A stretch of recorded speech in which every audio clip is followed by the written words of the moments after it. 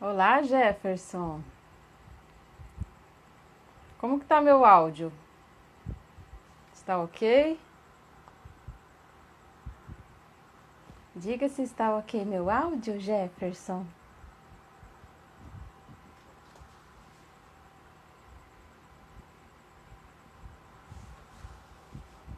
Oi! Tá tudo certo com meu áudio? Tá ótimo? Beleza. Aguardar aí, pessoal, pra gente começar.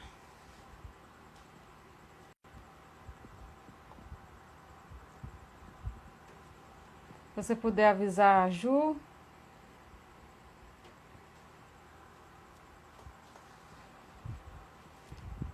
Boa noite, pessoal. Daqui a pouco a gente começa o bate-papo com a Juliana da Silveira, professora da Unisul. Nós vamos falar sobre um episódio da série Black Mirror, Odiados pela Nação. A gente já comentou sobre essa série com a professora Renata, bem bacana. Cada episódio é um episódio independente do outro, né? Não tem uma sequência como nos outros. Por isso essa escolha também, né? Lembrando que os nossos convidados que escolhem o que eles vão discutir. Boa noite, pessoal. Sejam bem-vindos. Daqui a pouco a gente começa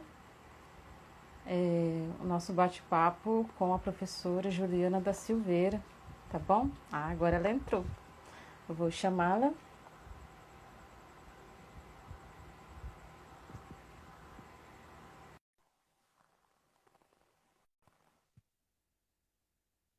Beleza, já chamei ela aqui. Oi, Olá, Ju! deu certo. Deu? Tá ótimo. Tudo bem? Tudo bem, Bia? Tudo. Seja muito bem-vinda à nossa live do Cineatro. A nossa, deixa eu ver se eu estou boa de conta, quarta convidada. Seguidores podem me corrigir aí, tá? Ju, é um prazer, tá? Agradeço já por você ter aceitado, né, participar do nosso bate-papo aqui. Oi, Jefferson. Foi o primeiro a entrar, hein? Tá super ansioso. Eu vou apresentar então a Ju para vocês. Eu conheço a Ju faz um tempinho, a gente trabalhou juntas na quinta, né, Jefferson? Beleza. Obrigada aí pela informação, correção. A Juliana, a gente trabalhou juntas na Unifama, no Paraná, né? Também é amiga de bar, né? Vamos dizer assim, não fica só no coleguismo ali de trabalho, a gente, né, sempre trocou ali conversas, confidências, angústias. E depois ela foi morar em Santa Catarina, né? Foi Muita banca trabalhar de lá. redação, Bia. Muita banca de redação, é verdade. As bancas da UEM, né? Sinto falta. E aí depois ela foi morar em Santa Catarina, né? Fazer o pós-doc, que eu já vou apresentar aqui, né? E aí eu vim para o Rio Grande do Norte. Então, os caminhos separamos, mas sempre quando dá, né? A gente tenta conversar ali. Uma vez eu fui para Santa Catarina junto com o Jefferson na praia, a gente quase passou lá, mas não deu certo. Mas quando eu descer novamente, quando eu for para Paraná ou Santa Catarina, a gente pode combinar aí. Pessoal, então Tomara que, vamos lá. Hã? tomara que possa ser logo, né? É verdade, tomara, né? A hora que passar tudo isso. Então, Juliana da Silveira, graduada, mestre em letras pela Universidade Estadual de Maringá, e também ela tem um doutorado em letras pela Universidade Estadual de Maringá, com a área de estudos linguísticos. Foi o doutorado sanduíche que ela fez em Paris. E pós-doutoranda em ciências da linguagem pela Unisul, e o foco dela é em textualidades digitais. Se tiver alguma coisa errada, você pode me corrigir, Ju. Não, E isso mesmo. hoje Isso mesmo. E hoje ela vai falar sobre uma série aí, o último episódio da terceira temporada, que se chama Odiados pela Nação. E eu confesso que eu fiquei bem impactada com esse episódio, né? Tem algumas coisas ali que eu gostaria que você comentasse, mas você pode ficar bem à vontade. E aí a gente vai batendo esse papo, vou fazendo algumas provocações, algumas perguntas, em torno de 40 minutos, tá? 40, 30 minutos. E aí a gente abre para os nossos seguidores. Tá? Lembrando que depois essa live vai estar disponível no canal do YouTube no Cineatro, tá bom? Então, Beleza. fique à vontade. Bom, é um papo, né? Vai e volta. Sim, exatamente. Descontraída, né? Isso, é bem descontraído. Para aliviar um pouco as coisas, né? Porque falar de discurso de ódio já não é uma coisa tão. Então, quando a Bia me convidou, eu fiquei meio assim, mas eu não tenho. O cachorro tá latindo aqui, gente. Não, faz parte. Meu material de análise mesmo com que eu trabalho, geralmente eu trabalho há muito tempo com as textualidades digitais, né? Então eu não tenho muito assim um foco na análise de filmes, nem nada, né? E daí quando a Bia me convidou, eu falei, poxa, mas o que eu poderia, né? Como eu poderia entrar nessa conversa, né? Aí eu lembrei desse episódio, que também foi um episódio que me impactou bastante, né? Sim. E porque nesse episódio especificamente, a gente tem um funcionamento, uma circulação de uma hashtag que é o meu objeto de estudo no doutorado, né? Então, no doutorado eu analisei a circulação de hashtags políticas no Twitter durante um período eleitoral.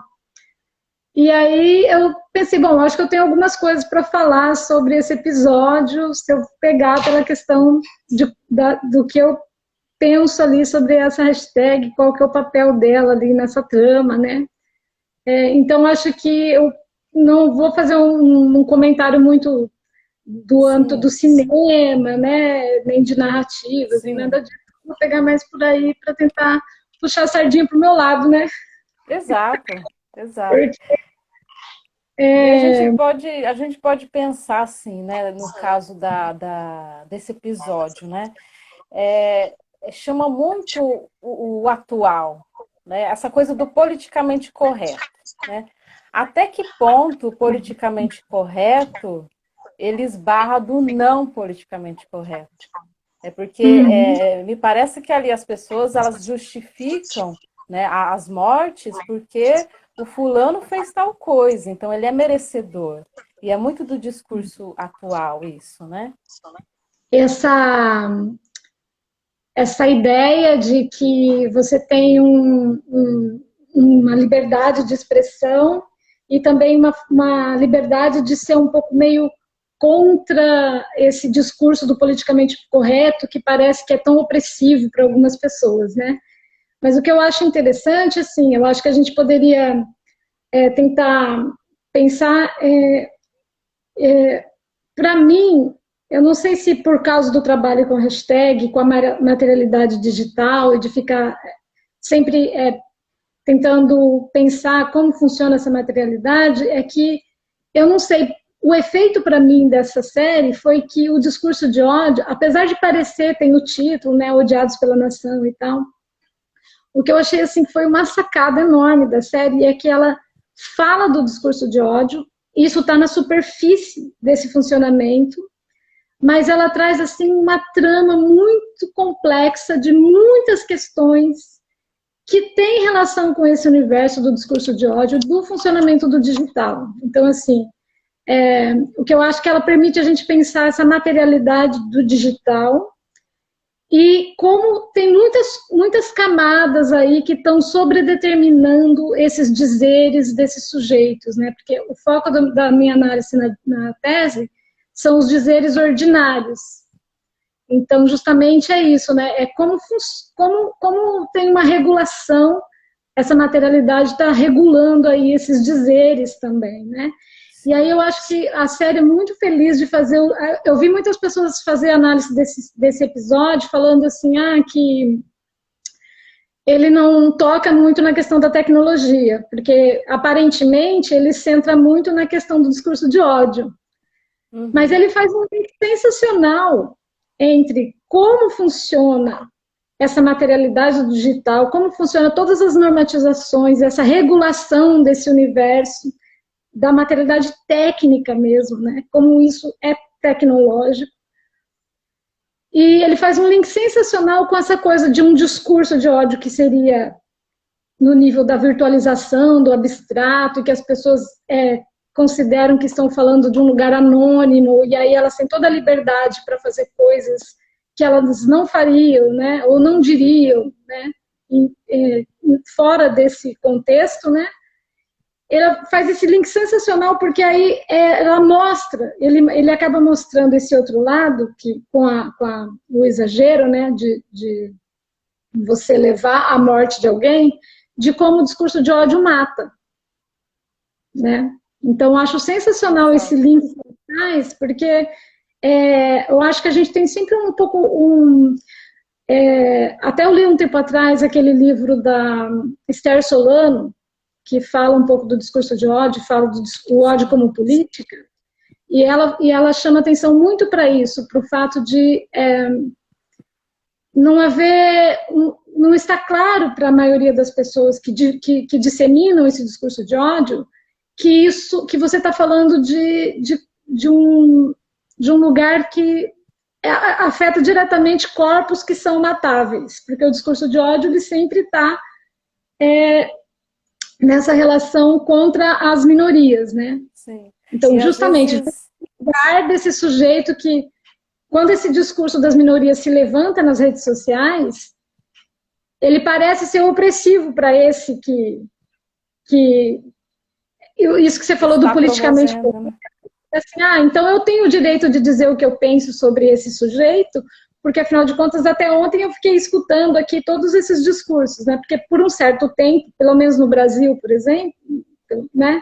A gente teve um discurso das minorias que foi forte. O discurso de ódio, ele se dissemina também por isso, porque esses sujeitos falaram muito por um tempo, né? E se manifestaram, então ele acha que é opressivo isso, então ele se sente no direito de, então, esse politicamente correto, ele é opressor, então eu posso dizer qualquer coisa, é a minha opinião. E eu acho que o episódio trabalha muito bem com isso, porque ele mostra em diversos níveis esse funcionamento, né? Primeiro, que não sei se esse discurso de ódio é tão espontâneo assim, porque se você olha o outro lado, o link que eles fazem com o capitalismo de vigilância, e como o hacker faz toda a trama que ele constrói para que esses sujeitos usem essa hashtag, também diz um pouco desse controle desse ambiente. Porque tem um dado muito interessante no episódio que é assim, antes das pessoas saberem que isso era um jogo, e da mídia anunciar, e de acontecer uma mediatização dessa hashtag, no primeiro caso era usado poucas vezes. Então, na morte lá... Bom, vou dar spoiler aqui, tá, gente? Não, pode dar spoiler, não tem problema não.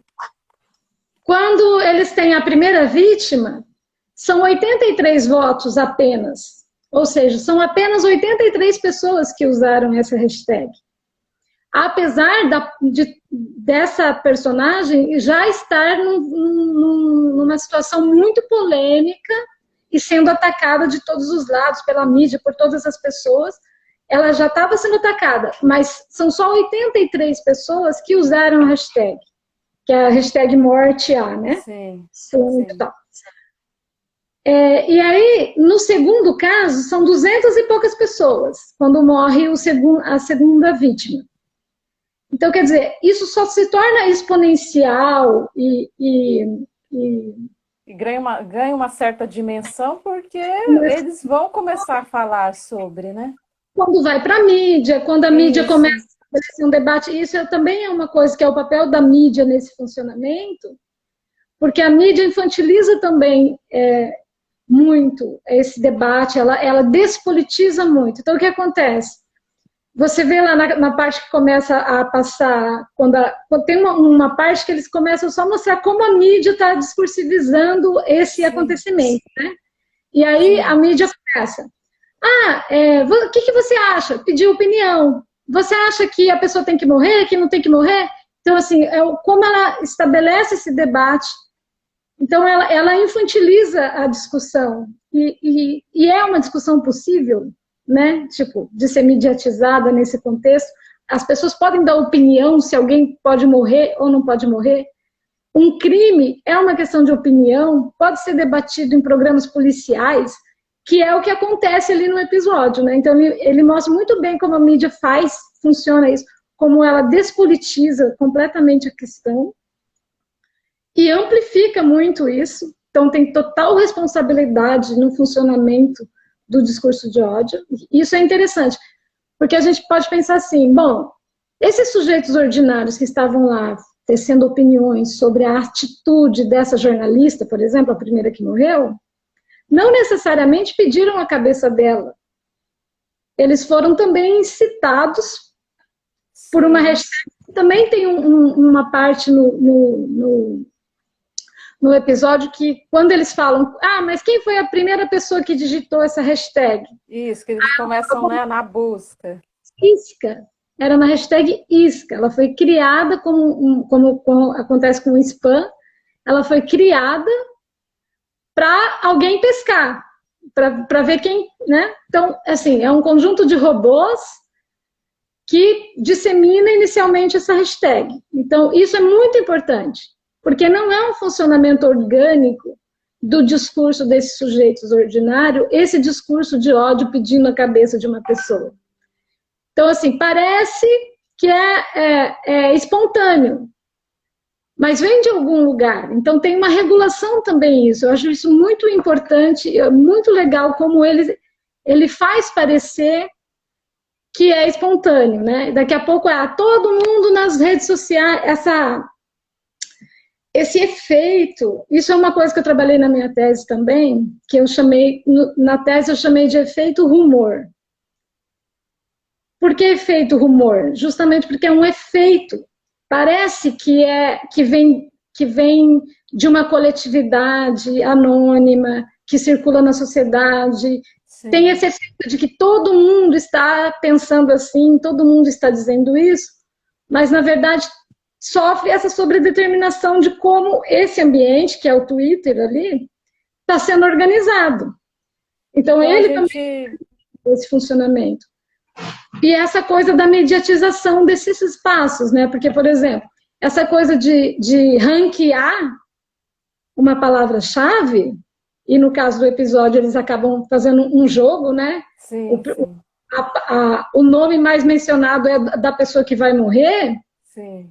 Isso é o que eu chamei na tese de efeito rumor, porque assim, eles produzem essa opinião pública. É produzido ali nesse contexto. Não é necessariamente orgânico, não é rumor necessariamente, mas tem esse efeito, né?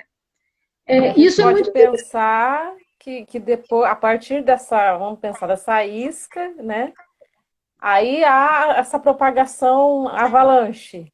As pessoas começam a digitar. Mas tem uma determinação aí de como esse ambiente é normatizado. Então, como ele permite esse funcionamento. E tem uma coisa muito interessante que eu achei que... Eu não sei, eu não acho que é um furo do episódio, mas é uma coisa que fica...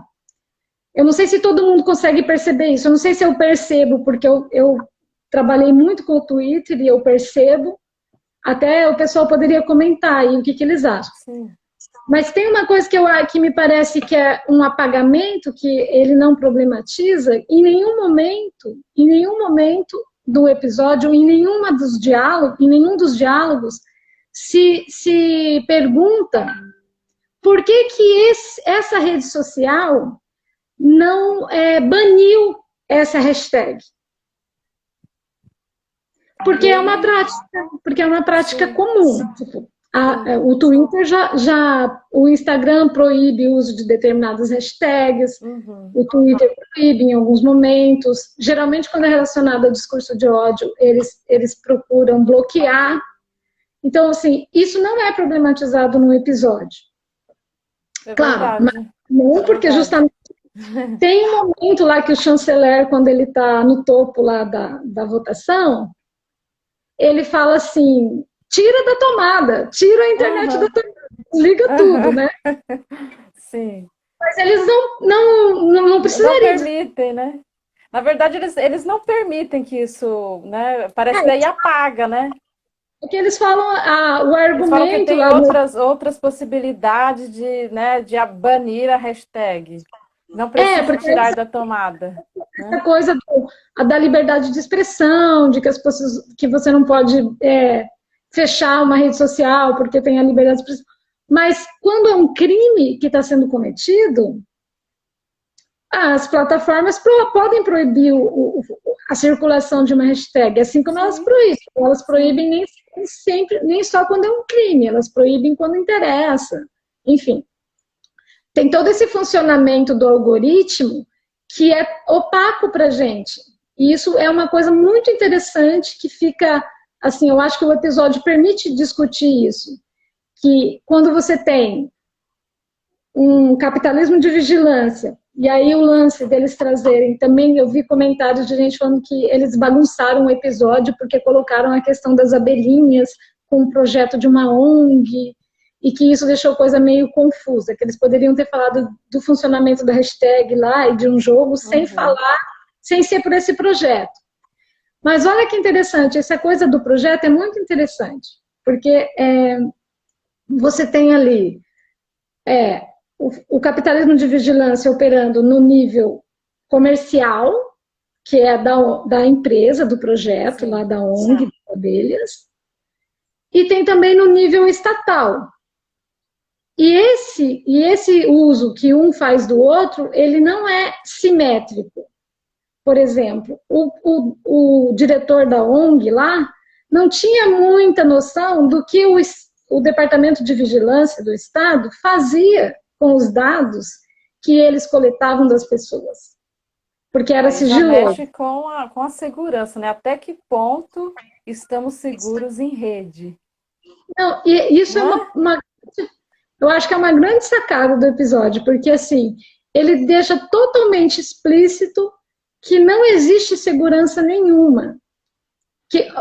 Em que momento o Estado protegeu as pessoas que estavam sendo vítimas ou as pessoas que depois você tem um assassinato em massa usando a tecnologia, tanto o furo que o Estado deixou porque fez o uso do reconhecimento facial das pessoas, ligou isso. Olha só como ele faz esse link entre uma coisa abstrata, então as pessoas acham que estão protegidas pelo anonimato, que não tem problema nenhum. Todas essas tecnologias que fazem reconhecimento de face e que em algum momento o Estado vai proteger elas. Não vai. Nenhum momento, tanto que é o cara do Departamento de Segurança que aperta o botão que aciona, porque a preocupação dele era proteger o projeto e não proteger as pessoas.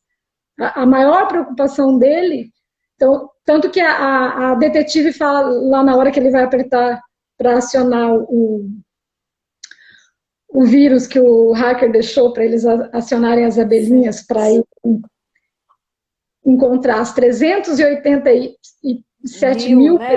Isso. A hora que eu vi o número, eu fiquei super espantada. Eu falei, será que vai morrer tudo isso? E aí foi aquela simbologia do vermelho, né? Do mapa todo vermelho. Foi bem impactante. Não, pode ser que isso que você vai apertar tenha relação com essa lista. E ele fala, não podemos pensar, nós não podemos pensar. Ele aperta o botão. Então, quer dizer, ele é no fim, quem apertou o botão Isso é Foi outra o sacada. condenado, né? Foi o condenado, o que montou toda a rede, né? Que pensou. As pessoas não pensaram sobre isso, a não ser as duas detetives, né? Que depois ela vai atrás e finge de morta, enfim. E isso tem uma coisa muito interessante também, que é assim, quando eu fiz a análise das hashtags lá, uma coisa que a gente, como analista do discurso, chama muito atenção, é que assim, você tem lá no final uma lista com 387 mil pessoas. Essa leitura, evidente do que significa uma hashtag também. Porque você tem 387 mil pessoas que usaram uma hashtag, mas isso não significa de forma alguma que as 387 mil pessoas estavam disseminando o discurso de ódio.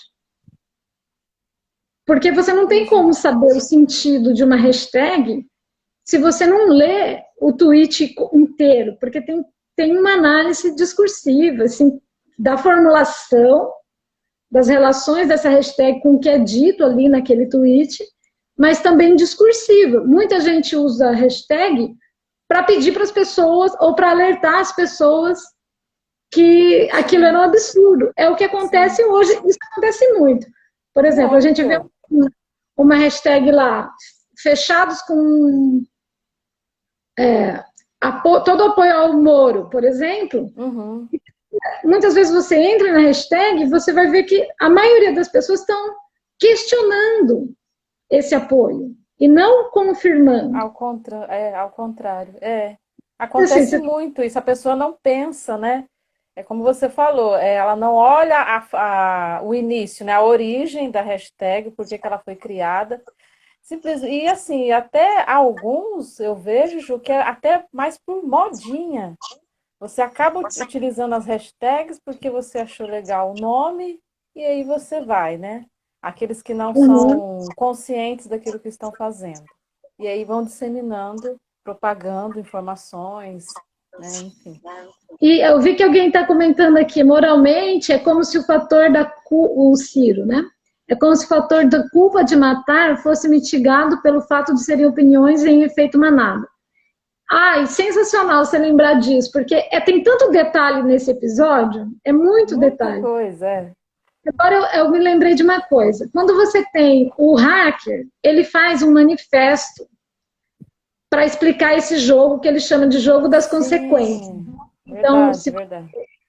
se você usar essa hashtag, tem uma coisa interessante que ele fala que é palavras são armas. Ele é uma das coisas que tem nesse manifesto.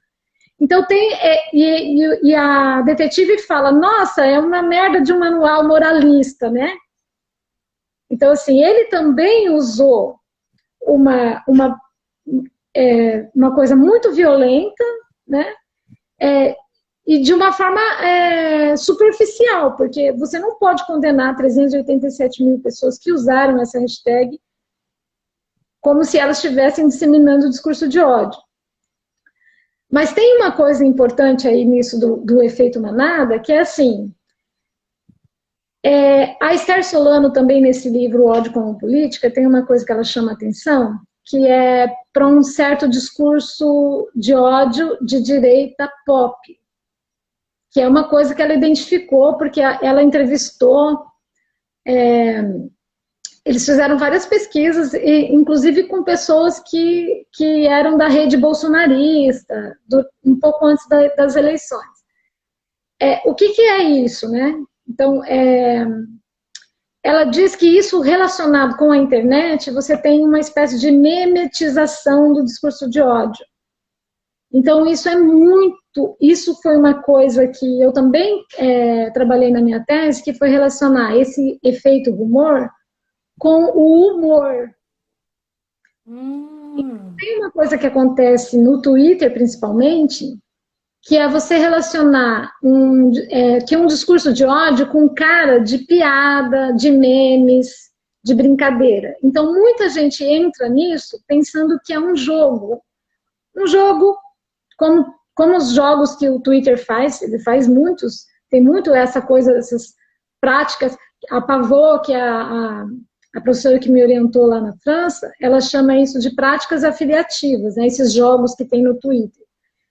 Então as pessoas participam desses jogos porque elas acham que é brincadeira, é piada, tem toda uma Mas no relação. fundo tem toda uma relação, né? De E discurso isso de é ódio. muito prático, porque você tem um discurso de ódio que não parece discurso de ódio. Exatamente.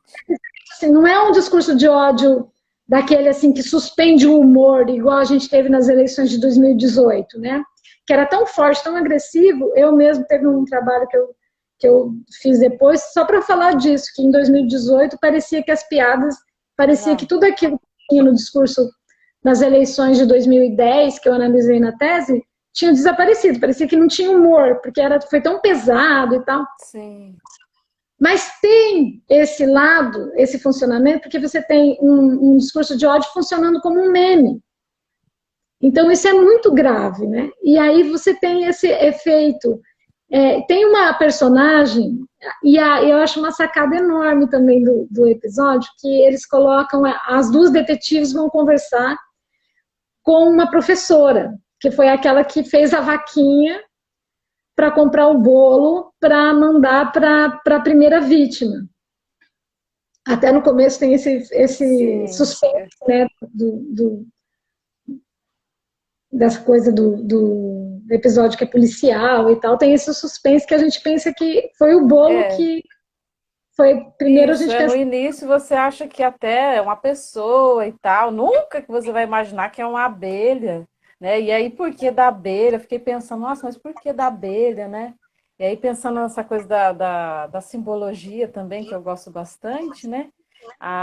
Alguns vão dizer, né? No dicionário de símbolos mesmo, algumas comunidades vão dizer que a abelha, ela tem um poder de purificação.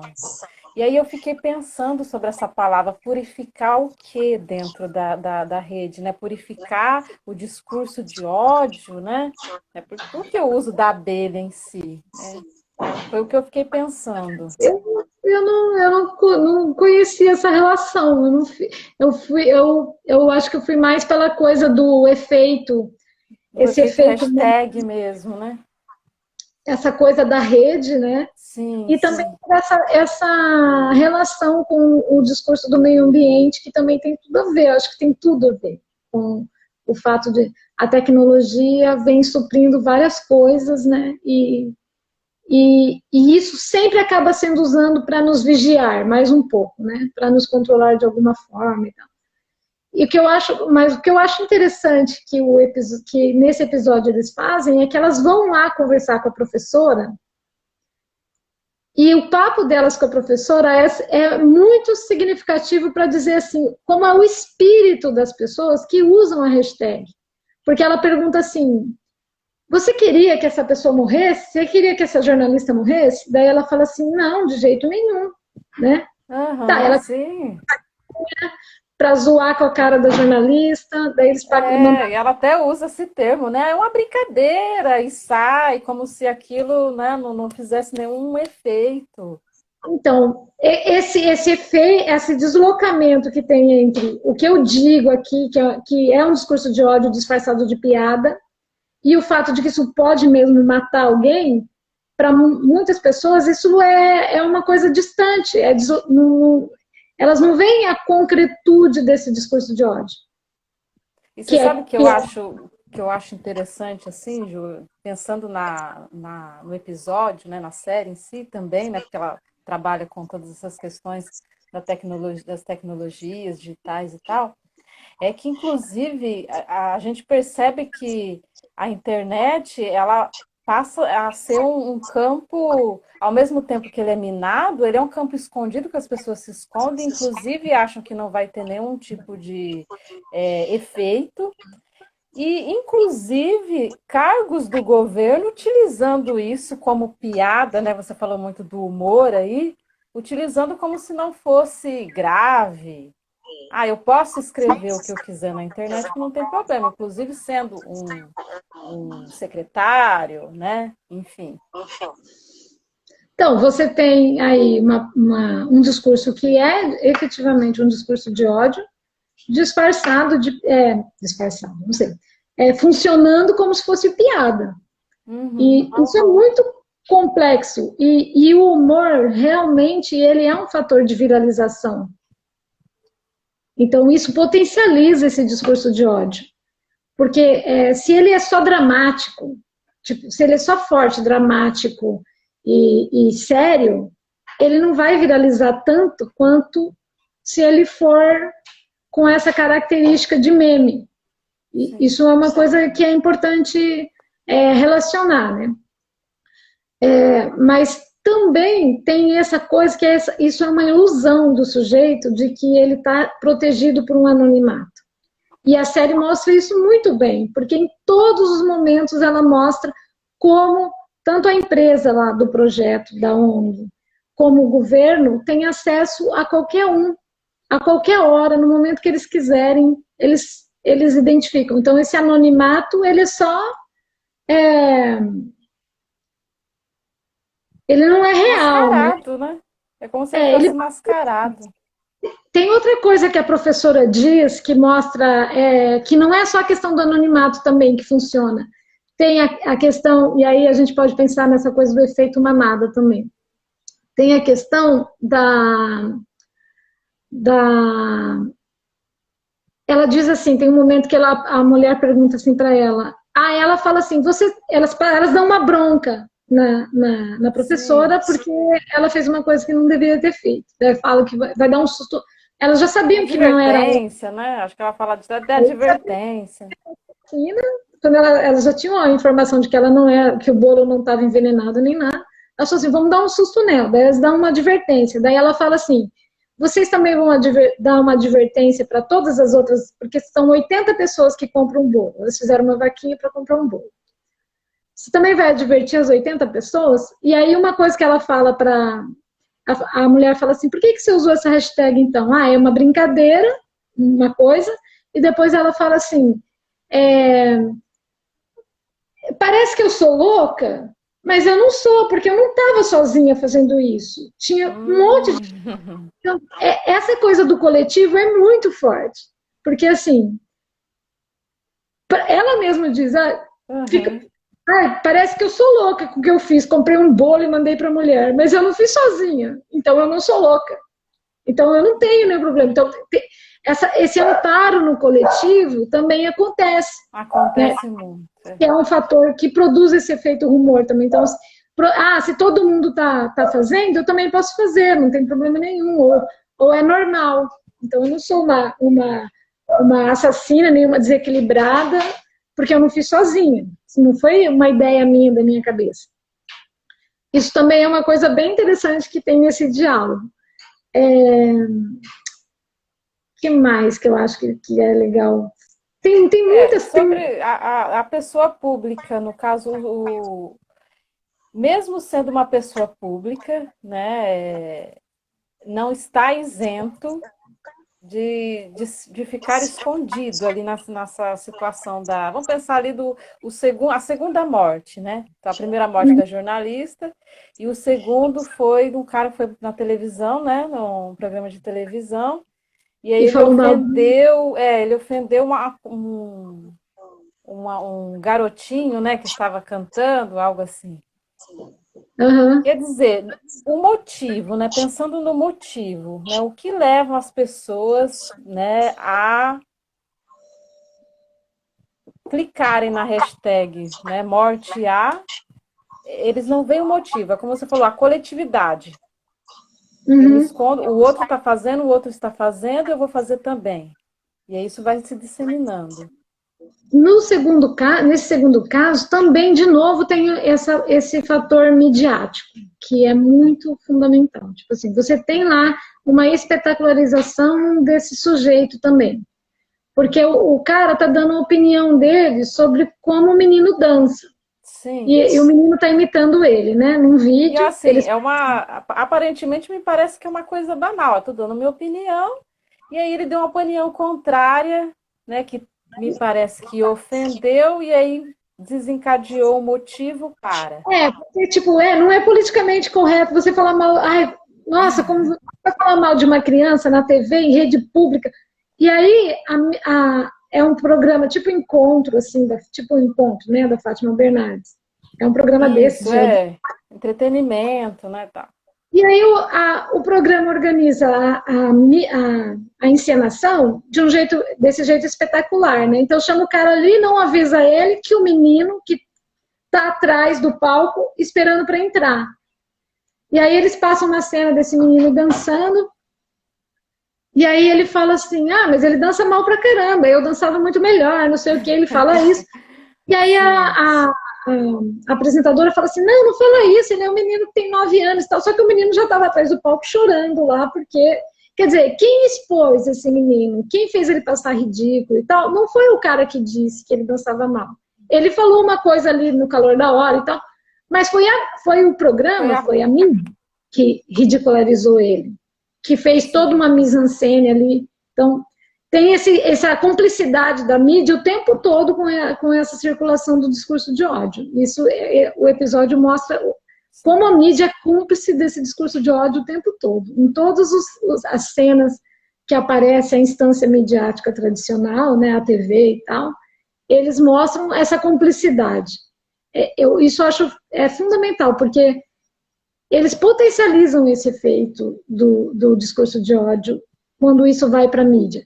Tanto que uma das táticas de quem usa robô no Twitter, que a gente sabe depois das análises das eleições, do que aconteceu nas eleições, a gente sabe que uma das táticas primeiro você faz um acontecimento, um episódio, alguma coisa, ou um meme qualquer, que veicula um discurso de ódio contra alguém, circular nas redes fechadas, tipo WhatsApp e tal. Quando isso já tem uma certa circulação, para ganhar mais legitimidade, ele tem que ir para a mídia. Sim. Para sair dessa circulação privada, ele vai para o Twitter. Do Twitter, rede nacional. Se expande. Faz essa pulverização. Então, a mídia tradicional ela é cúmplice o tempo todo da disseminação desse discurso de ódio. E nesse episódio ele mostra isso ali, né? E o cara diz ainda, não me odeiem porque eu vou falar a verdade. Esse menino dança muito mal. Ele mesmo diz, não me odeiem porque eu vou falar a verdade. Quer dizer, a verdade... E nesse momento, né, eu como espectadora ali, só como espectadora, aí eu fiquei pensando, nossa, e agora, né? O que vai acontecer? Será que, né, então eu tenho que tomar cuidado com o que eu vou falar. Será que as próximas mortes serão nesse sentido? Isso é uma coisa muito legal, porque assim, né, como o episódio deixa isso muito forte, essa ideia de que as palavras matam, as palavras são armas, e no caso da hashtag, de fato, né, porque é uma coisa, até uma materialidade técnica, né, tipo, ela liga você a um nome, a um arquivo, você passa a fazer parte de uma lista real, né, que pode ser alvo de um criminoso. Então, ela faz esse link muito legal entre o discurso e o concreto, né? E aí é muito interessante porque eu fui olhar na época que eu assisti esse episódio, acho que eu assisti esse episódio lá em 2016, né? Mas na época eu fui olhar, porque assim, ele causa um efeito na gente, do tipo assim, se usar determinada hashtag agora no Twitter, o que acontece, né? Né? Com isso. E aí ontem eu fui rever o episódio, né, pra gente conversar, e aí eu voltei no Twitter e digitei, né, morte A. Só que até na hora de fazer isso, você fica pensando, né, nossa, que louco. E aí você digita, e aí tem lá muitas pessoas usando essa hashtag. Tipo, morte a fulano de tal. Vamos ver se dá certo, quem sabe, né? Vamos tentar. Quem sabe a pessoa morre. A pessoa morre mesmo. Então, é muito louco, porque produz esse efeito. E é uma coisa que a gente precisa pensar mesmo. Apesar de ter um fator moralista, né, do manifesto lá que esse hacker escreve, fala assim que as pessoas não podem sair falando o que elas querem e tal. Eu não sei, mas eu não sei vocês que assistiram, mas eu acho, assim, que mesmo essa figura do hacker ali, como esse grande moralista, ela é meio dúbia. Porque o objetivo final dele não era educar, não era só educar as pessoas, mas tem ali uma certa lição ao Estado que vigia essas pessoas também. Porque no Então, final, monta esse esquema de um jeito que quem é responsável por acionar o botão que vai matar todo mundo não é ele. Porque sim. ele poderia, já que ele comandava todo o sistema das colmeias, aí precisaria entender um pouco mais sobre como funciona a coisa da tecnologia, eu não sei, mas ele poderia, ele mesmo, ter Ter acionado. acionado isso, ou não poderia. Acho que não. Meu marido, que entende um pouco melhor, ele falou que não, que ele precisaria entrar no sistema No sistema mesmo. para acionar isso de lá. Por isso ele faz esse. Ele faz com que eles localizem esse arquivo e levem lá para o projeto para acionar, para fazer a. Então, o objetivo dele não era matar quem. Educar. Não O era. objetivo dele, então, seria assim, a gente pode pensar, educar uma sociedade, a levar ela a pensar que o governo não é tão seguro assim. Também. Eu acho que tem as duas coisas, porque não é o fator dele não é só, acaba não sendo só moralista, mas ele mostra o tempo todo o quanto não tem nada de anonimato no uso das redes sociais e o quanto você está sendo vigiado, né? E o Porque quanto você é vulnerável, né, também. eu acho que tem uma ênfase o tempo todo do episódio de com pequenos detalhes mostrando isso para gente. Por exemplo, um exemplo. Eles tentam avisar a terceira vítima. Como eles Isso. descobrem, eles tentam avisar a terceira vítima. Só que como ela estava recebendo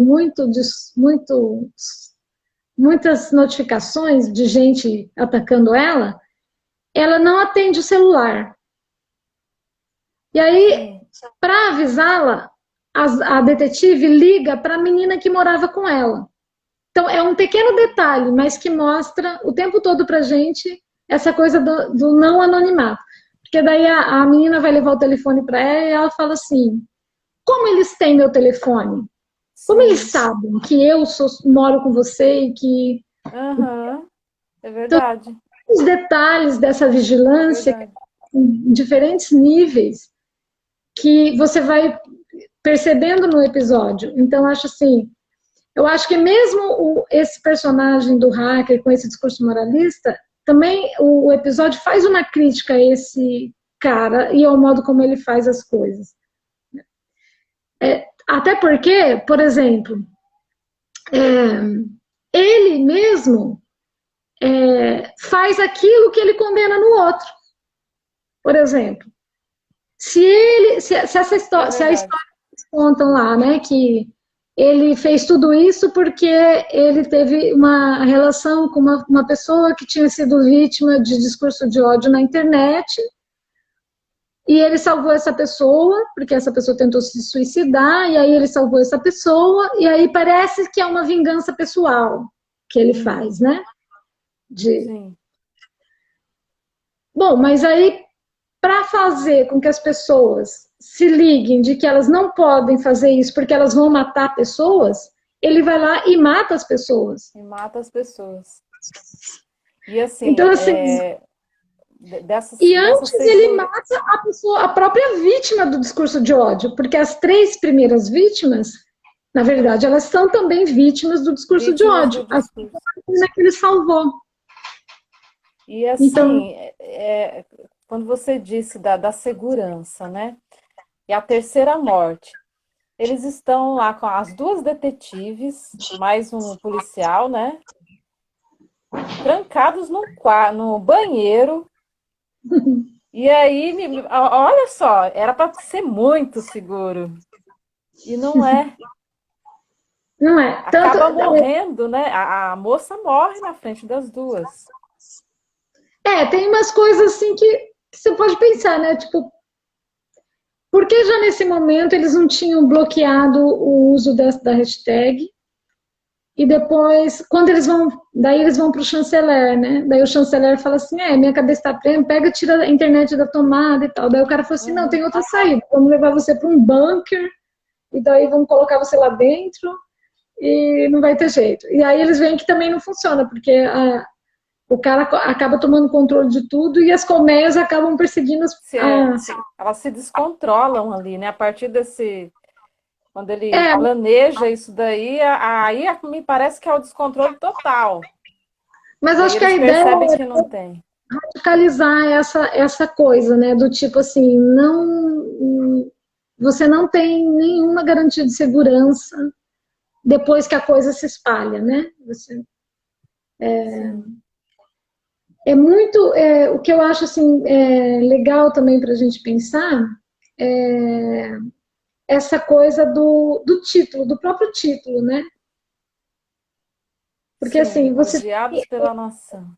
odiados pela nação. Então, esse efeito, isso é uma coisa que eu também gosto bastante de trabalhar quando eu estou pensando no Twitter. Porque, por exemplo, esse efeito de que, porque tem uma quantificação dessa hashtag, isso torna um discurso legítimo. Do tipo, na internet, uma coisa que a gente tem falado bastante nas pesquisas que a gente faz aqui, é que você tem as instituições com um discurso legitimado, né? Então, o que a política, a ciência, tudo isso é um discurso legitimado, né? Que tem suas normatizações, né? Que diz quem pode dizer desse lugar e quem não pode. Na internet, o que você tem essa legitimidade, ela muda, os parâmetros dessa legitimidade mudam. Então, parece que é a quantificação que dá legitimidade para esse discurso. Então, quando você fala assim, odiados Verdade. pela nação, é a mesma coisa você dizer assim, é a quantidade que legitima esse discurso de ódio. Então, assim, porque tem muita gente dizendo, então eu posso apontar o dedo para uma pessoa e dizer, olha, a nação inteira te odeia porque Que é o que tem... você falou de coletividade, né? Teve um momento que você falou da coletividade. É um efeito, porque não Sim. significa que o que essas pessoas estão dizendo quando elas usam essa hashtag é a mesma coisa. O uso de uma hashtag, o sentido dela na sua circulação, ele é muito heterogêneo, porque é fragmentado, é um discurso ordinário, né? Então, o discurso ordinário, na oralidade, ele é fragmentado, você não tem como o que acontece é que com essa normatização do digital, o que a gente tem é uma determinada forma de legitimar esses dizeres. E o que a gente tem dito é que essa forma de legitimar esses dizeres passa por uma normatização que é própria da mídia. Por exemplo, elencar os 10 temas mais comentados. Uhum. Então olha só, você tem, antes os discursos, eles eram legítimos ou não, em função de quem falava, do lugar de onde essa pessoa falava, né? Então, quem podia anunciar desse lugar. Agora, nesse funcionamento, tem muito uma normatização própria de um processo de mediatização, do tipo assim, isso também faz parte do efeito rumor, que assim, então eu tenho top 10 em tudo, inclusive top 10 no jogo das consequências de quem vai ser o primeiro que Quem vai morrer primeiro. então, quer dizer, é como se todo mundo estivesse falando a mesma coisa, o que não é verdade. É um efeito de que está todo mundo falando isso. É a mesma coisa assim. Por que os políticos usam robô? Justamente porque tem esse efeito da quantificação. Então, eu uso o robô para fazer com que uma hashtag fique nos trend topics, para produzir esse efeito de quantidade, porque hoje em dia esse efeito de quantidade dá uma certa legitimidade para esse dizer. Então, isso é muito interessante, que funciona aí, principalmente no Twitter, que tem essa coisa dos trend topics. E no jogo que o hacker faz, desse jogo das consequências, ele usa a mesma lógica, do tipo assim, então, se está todo mundo dizendo, vamos ver quais são as consequências. Sim. Mas, olha, não pode ser assim, não pode ser pensado dessa forma, porque isso é só um efeito de que é a nação que está dizendo isso, imagina. Aham, sim. Essa coisa do título é bem legal. E ele usou, né? Ele usou até o odiados, várias pessoas, né? Odiados pela E, nação. Então, assim, e nação. E cada aí dia, dá como e você essa falou, um efeito de volatilidade, coletividade. tanto a quantificação quanto a volatilidade disso, né? Porque, por exemplo, é muito midiático mesmo, né? Porque, por exemplo, todo dia a nação odeia uma pessoa diferente. Uhum. Tanto que o jogo da meia-noite, eles Até contam, né? Da às 5 meia-noite da... até 5 horas da tarde do outro dia, a gente vai contar. Por quê? Porque no outro dia já é outro. É outro, é. Que alguém fala assim para o chanceler, vamos guardar você lá no bunker por um momento, é Até temporário, tal hora, né? porque daí até no outro dia já tem outra vítima. É. E Então, olha como assim, eles banalizam, né? Eles tem esse banalizam a funcionamento, morte.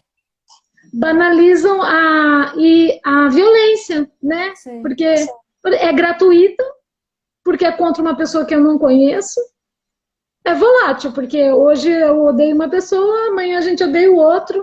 Só que olha quanto que tem por trás disso de regulação desse discurso de ódio. Do tipo, quem aponta para essa cabeça Uhum. é o processo de mediatização de tudo, né? Da espetacularização de tudo.